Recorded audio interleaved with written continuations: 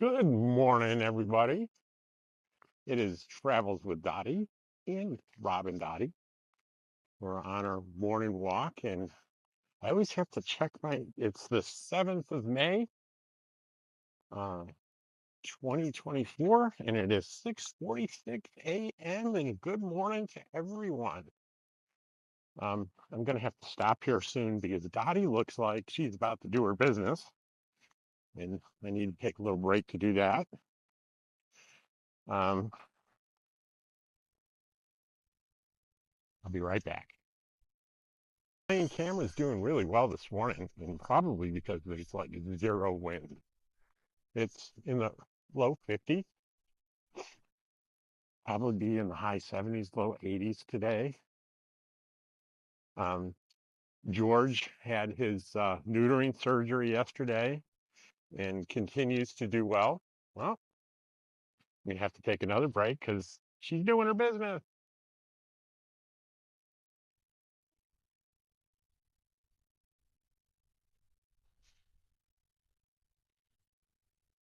Dottie's all taken care of, and we are back on our walk this morning.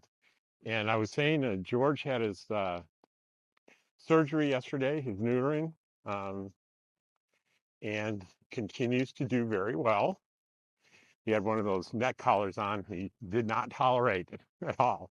There was uh, there was no chance that George was going to tolerate having that collar on once he got home. And he hasn't been paying any attention to the surgery area so far. I've been keeping a pretty close eye on him, so that's really good news. Let's see what else. I'm going to complete a video on that whole thing so everybody can see from pre-surgery to post-surgery how George is doing. Um, what else? Um, been thinking a lot about the channel and kind of what the channel's about. And clearly it's about RV life and being retired on the road. Yes, that is there are hundreds, literally hundreds of channels that that's the description. And I've been thinking um, about what might make my channel unique. And, a couple of things have evolved that I've already talked about. Um, one of them is uh, I'm trying to have zero sensationalism or drama. I know that's a way to get views, but you know what? It gets temporary views. You may get, oh, there are 4 dogs. And it cannot die. It'll die down in a minute. That's so funny. Um, where was I?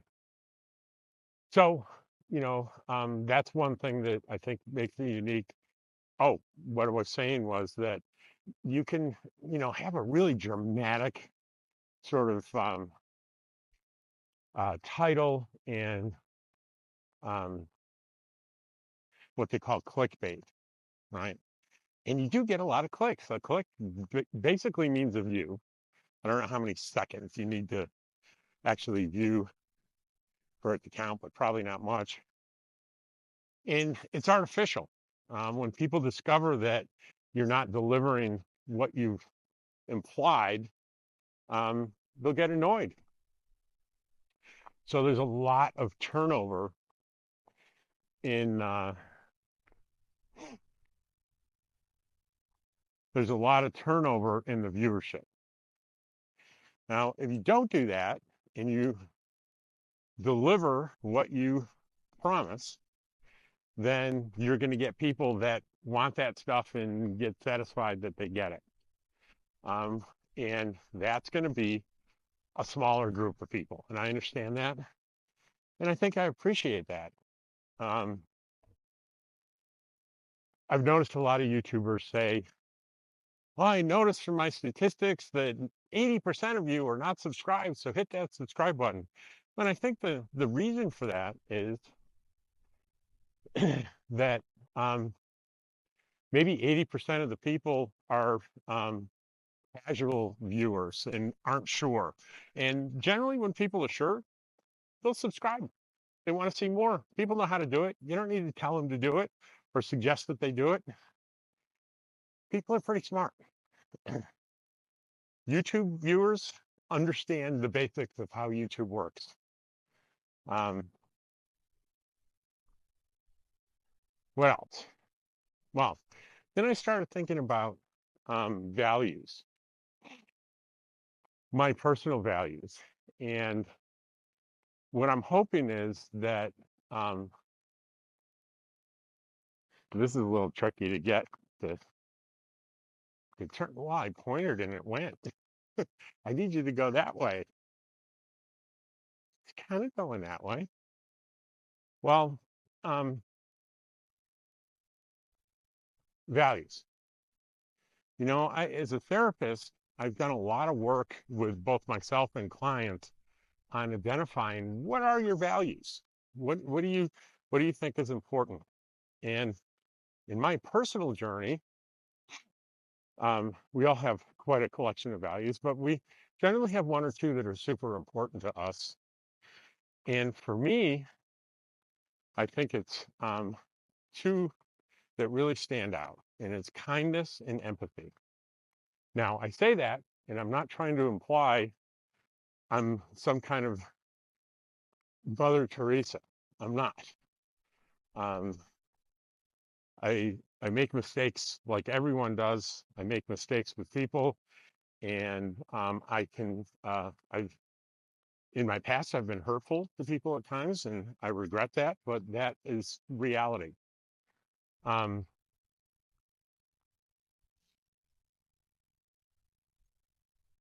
This is maybe going to be hard with the sun at my back. I don't know how well you're even going to be able to see my face, but you'll probably be able to see my silhouette and hear me.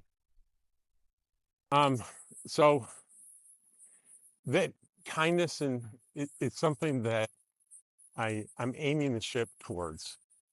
It's important to me, and I think from the comments that I've gotten over the past year in developing this channel, I think I've connecting with people that share that value of kindness.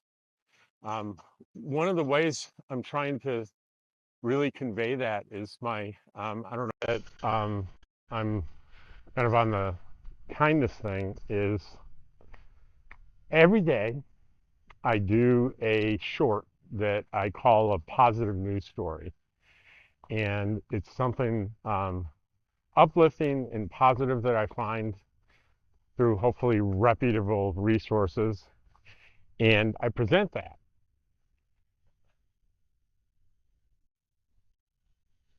Yeah, I think the camera is struggling with having the sun in its eyes. Hopefully, we'll recover from that.